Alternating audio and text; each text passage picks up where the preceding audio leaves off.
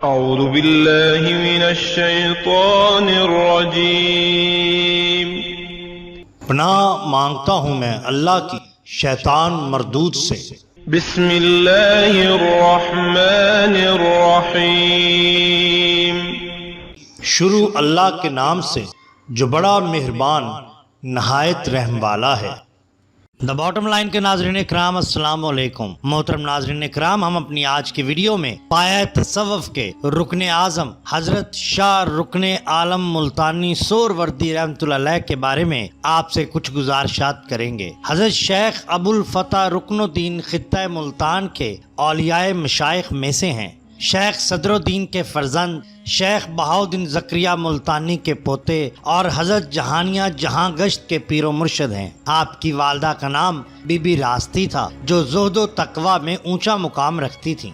حضرت قطب الاقطاب رکن الدین 9 رمضان المبارک سن 649 ہجری بروز جمعہ عالم کون و مکان میں تشریف لائے۔ خاندان کا فانوس اس سراج منیر کی روشنی سے جگمگا اٹھا۔ حضرت شیخ الاسلام بہاؤالدین زکریا رحمۃ اللہ علیہ نے ملتان کے غربا اور مساکین کے دامن زر و جوہر سے بھر دیے۔ عقیقہ کے موقع پر آپ کے سر کے بال تراشے گئے جو اب تک تبرکات میں محفوظ ہیں۔ اس سے اندازہ ہوتا ہے کہ حضرت قطب الاقطاب کی ولادت کی تقریب خاندان غوثیہ کی تاریخ میں خاص اہمیت رکھتی ہے۔ حضرت بہاؤالدین زکریا رحمۃ اللہ علیہ نے مولود موسود کا نام رکن الدین رکھا۔ بعد میں آپ شاہ رکن عالم کے نام سے مشہور ہوئے۔ حضرت کی والدہ حضرت بی بی راستی، جنہوں نے اپنے خسر حضرت غوث بہاؤالدین زکریا رحمۃ اللہ علیہ کے زیر سایہ باطنی اور روحانی تعلیم و تربیت حاصل کی، ان کو کلام مجید کی تلاوت سے خاص شغف تھا۔ روزانہ ایک بار قرآن مجید ختم کرتی تھیں۔ حضرت رکن الدین کی ولادت سے پہلے حضرت زکریا ملتانی نے یہ بشارت دی تھی کہ ان کی وجہ سے خاندان کا چراغ روشن ہوگا۔ صاحب میرات المناقب لکھتے ہیں کہ بی بی راستی حضرت کو دودھ پلانے سے پہلے وضو کر لیتی تھیں۔ آپ حافظہ قرآن تھیں، اس لیے لوری کی بجائے قرآن تلاوت فرمایا کرتی۔ اسی حالت میں اگر اذان کی آواز سنائی دیتی تو حضرت رکن الدین عالم رحمۃ اللہ علیہ دودھ پینا چھوڑ دیتے اور غور سے اذان سننے لگتے۔ رات کو بی بی صاحبہ جب تہجد کے لیے بیدار ہوتی، حضرت رکن الدین بھی جاگ پڑتے۔ ام المریدین بی بی راستی نے گھر کی نوکرانیوں کو حکم دے رکھا تھا کہ بچے کو سوائے اسم ذات کے اور کسی لفظ کی تلقین نہ کریں اور نہ کوئی دوسرا لفظ اس کی موجودگی میں بولیں۔ اس احتیاط کا نتیجہ یہ نکلا کہ جب قطب الاقطاب بولنے کے قابل ہوئے تو سب سے پہلے جو لفظ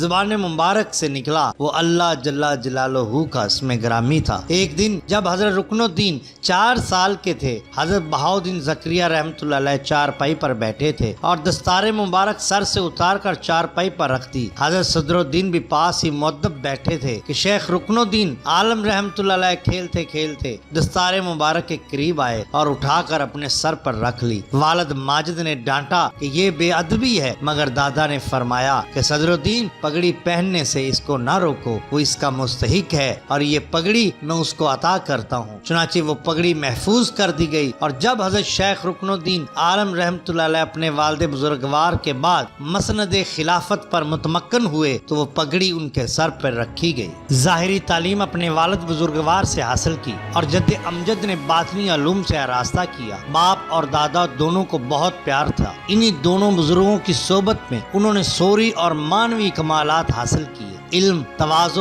شفقت، حلم، عفو، حیا، وقار جملہ صفات ان میں بدرجہ اتم پائی جاتی تھیں۔ انہوں نے مکاشفہ اور محاسبہ سے اتنے مدارج طے کر لیے تھے کہ ان کو مخزن محشود الہی، منبع جود و نعمت ناہی، ادریس سے خلوت و حدت، برجی سے برج معرفت، گوہر مادن، صفات لاریب، لولائے دریائے غیب، زود المشائخ، مفتاح کفل، حق الیقین کے القابات سے یاد کیا جاتا ہے۔ آپ اپنے والد محترم صدر الدین عارف کے مرید اور خلیفہ تھے۔ حضرت شیخ رکن الدین کے خلیفہ حضرت جہانیہ جہاں گشت اپنی ملفوظات میں فرماتے ہیں کہ جب شیخ رکن الدین عالم رحمۃ اللہ علیہ کا سرا کا کام کمال کو پہنچا تھا تو تہجد کے وقت سے دوپہر تک ریاضت اور عبادت میں مشغول رہتے۔ 36 سال کی عمر میں جب اپنے والد بزرگوار کی مسند پر بیٹھے تو ہر گوشہ سے لوگ خدمت میں حاضر ہو کر فیض یاب ہوئے۔ جو بھی سائل آتا حاجت روائی ضرور فرماتے فرماتے، مجلس میں جس کے دل میں کوئی بات آتی تو اس کا ان کو کشف حاصل ہو جاتا اور اس کی دلجوئی فرماتے۔ عوام الناس کے علاوہ بادشاہوں سے بھی آپ کے تعلقات تھے اور امراء بھی آپ کے معتقد اور غلام تھے۔ آپ کے زمانے میں علاؤالدین خلجی دہلی کے تخت پر متمکن تھا۔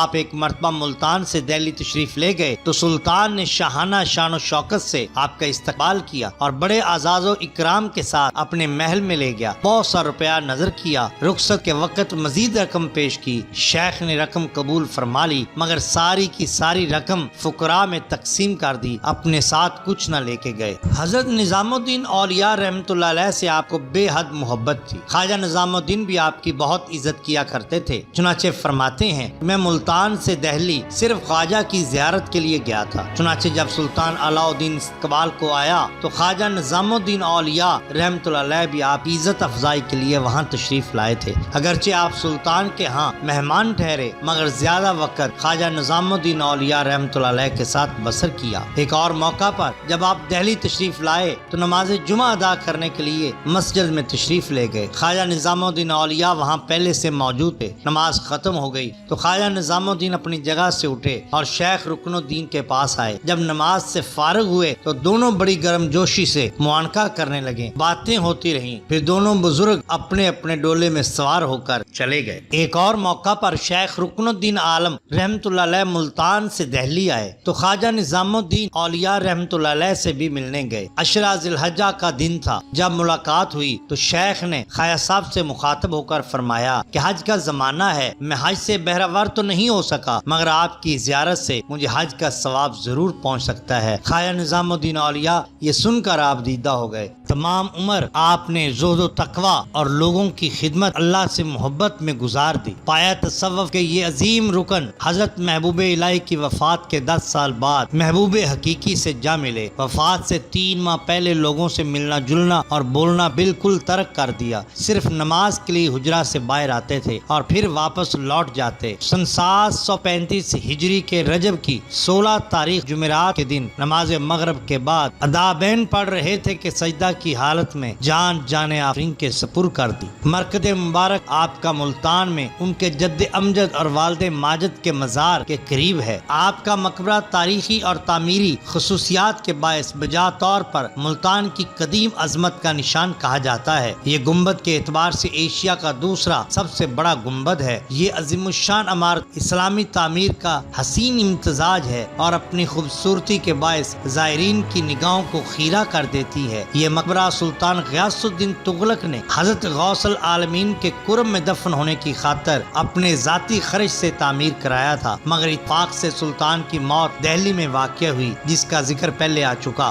سلطان کو دہلی میں دفن کیا گیا۔ سلطان کے جانشین محمد شاہ تغلق نے جو کہ حضرت رکن الدین عالم کا معتقد تھا مقبرہ حضرت کو دے دیا۔ آپ اسے عبادت گاہ کے طور پر استعمال فرماتے رہے مگر محض اس خیال سے کہ ممکن ہے کہ اس کی تعمیر بیت المال کے روپے سے کی گئی ہو دفن ہونا پسند نہ فرمایا۔ زندگی کے آخری لمحات میں آپ نے وصیت فرمائی کہ مجھے جد امجد حضرت غوث العالمین کے قدموں میں دفن کیا جائے۔ وصیت کے مطابق آپ کو حضرت بہاؤالدین زکریہ جد بزرگوار کی پائنتی دفن کیا گیا مگر بعد میں حضرت سلطان فیروز شاہ تغلق دلی سے ملتان آیا تو اس نے تمام حال معلوم کر کے صاحب سجادہ حضرت کے حقیقی برادر کو اس بات کا یقین دلایا کہ اس مقبرہ کی تعمیر بیت المال سے نہیں ہوئی بلکہ سلطان غیاث الدین تغلق نے اپنی ذاتی آمدنی سے جبکہ وہ دیپال پور کے گورنر تھے تعمیر کرایا تھا۔ لہذا فیروز شاہ تغلق نے حضرت کے تابوت کو خود کندھا دے کر اس مقبرہ میں منتقل کیا۔ اس وقت ہزاروں کی تعداد میں مریدین اور عوام موجود تھے۔ آپ کے خلفاء کی تعداد یوں تو کافی ہے مگر خاص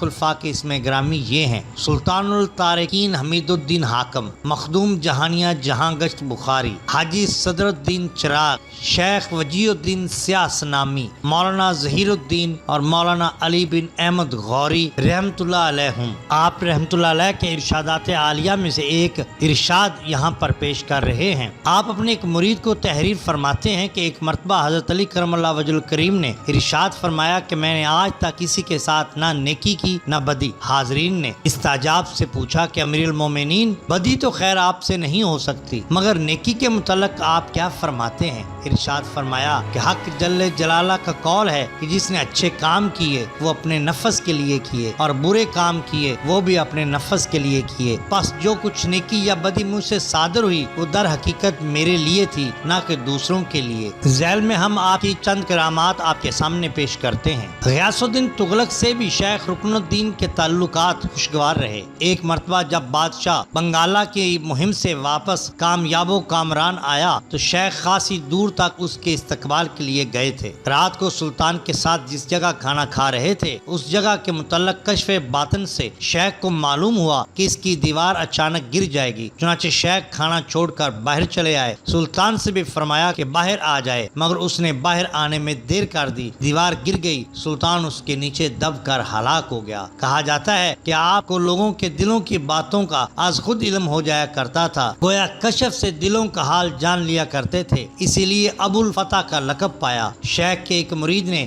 مجمع الاخیار کے نام سے ایک کتاب لکھی۔ اس کتاب کا ذکر مولانا عبدالحق دہلوی نے اپنی کتاب اخبار الاخیار میں بھی کیا ہے، جس میں وہ بیان کرتے ہیں کہ سلطان غیاث الدین تغلق نے ایک مرتبہ مولانا ظہیر الدین بیگ سے پوچھا کہ کیا تم نے شیخ رکن الدین عالم کی کوئی کرامت دیکھی ہے؟ مولانا نے کہا ہاں، ایک دفعہ جمعہ کے دن ہم ان سے ملاقات کے لیے گئے، میں نے دل میں خیال کیا کہ میں بھی عالم ہوں مگر میری طرف کوئی رجوع نہیں کرتا، شاید شیخ رکن الدین کے پاس کوئی عمل ہے۔ میں نے سوچا کہ دوسرے دن صبح شیخ سے پوچھوں گا کہ وضو میں کلی کرنے اور ناک میں پانی ڈالنے میں کیا حکمت ہے۔ چنانچہ جب میں رات کو سو گیا تو خواب میں دیکھا کہ شیخ رکن الدین عالم مجھے حلوہ کھلا رہے ہیں اور اس کی شیرینی صبح تک میری زبان پر قائم رہی۔ میں نے دل میں خیال کیا کہ اگر یہی کرامت ہے تو اس طرح تو شیطان بھی لوگوں کو گمراہ کر سکتا ہے۔ پھر جب میں شیخ کی خدمت میں پہنچا تو دیکھتے ہی فرمایا میں تمہارا انتظار کر رہا تھا۔ گفتگو شروع ہوئی تو فرمایا جنابت دو طرح کی ہوتی ہے، جسم کی جنابت اور دل کی جنابت۔ جسم کی جنابت کا سبب تو صاف ظاہر ہی ہے، مگر دل کی جنابت ناہموار لوگوں کی صحبت سے پیدا ہوتی ہے۔ جسم تو پانی سے پاک ہو جاتا ہے مگر دل کی جنابت آنکھوں کے پانی سے دور ہوتی ہے۔ پھر فرمایا جس طرح شیطان کسی نبی کی شکل اختیار نہیں کر سکتا اس طرح وہ شیخ حقیقی کی صورت میں بھی اختیار نہیں کر سکتا، کیونکہ شیخ حقیقی کو نبی کی کامل مطابقت حاصل ہوتی ہے۔ جو رات کو تم نے حلوہ کھایا وہ ہم نے ہی تمہیں کھلایا تھا۔ سبحان اللہ۔ سندھ کا ایک عابد بھی آپ کی خانقاہ میں دین حق کی تعلیم کے لیے ٹھہرا ہوا تھا اور آپ سے فیض یاب ہو رہا تھا۔ وہ دن رات آپ کی خانقاہ میں عبادت اور ریاضت میں وقت گزارتا۔ خانقاہ کا لنگر عظیم الشان تھا اور وہاں کسی قسم کی چیز کی کوئی کمی نہ تھی، لہذا خانقاہ میں ٹھہرے ہوئے درویش ہر قسم کی فکر سے آزاد پوری تندوئی سے خدا کی عبادت میں مشغول رہتے تھے، اور اس طرح یہ خانقاہ سدا آباد رہی اور انشاءاللہ سدا آباد رہے گی۔ محترم ناظرین اکرام، اگر آپ کو ہماری یہ ویڈیو پسند آئی ہو تو لائک کیجئے، سبسکرائب کیجئے ہمارے چینل دی باٹم لائن کو، تاکہ ہم آپ کے لیے اور بھی بہترین ویڈیوز لا سکیں۔ اپنے دوستوں کا، گرد و نواح کے لوگوں کا بہت خیال رکھیے۔ اللہ اور اللہ کے رسول صلی اللہ علیہ وسلم سے بے حد محبت کیجئے۔ آپ کا بہت شکریہ۔ اللہ حافظ۔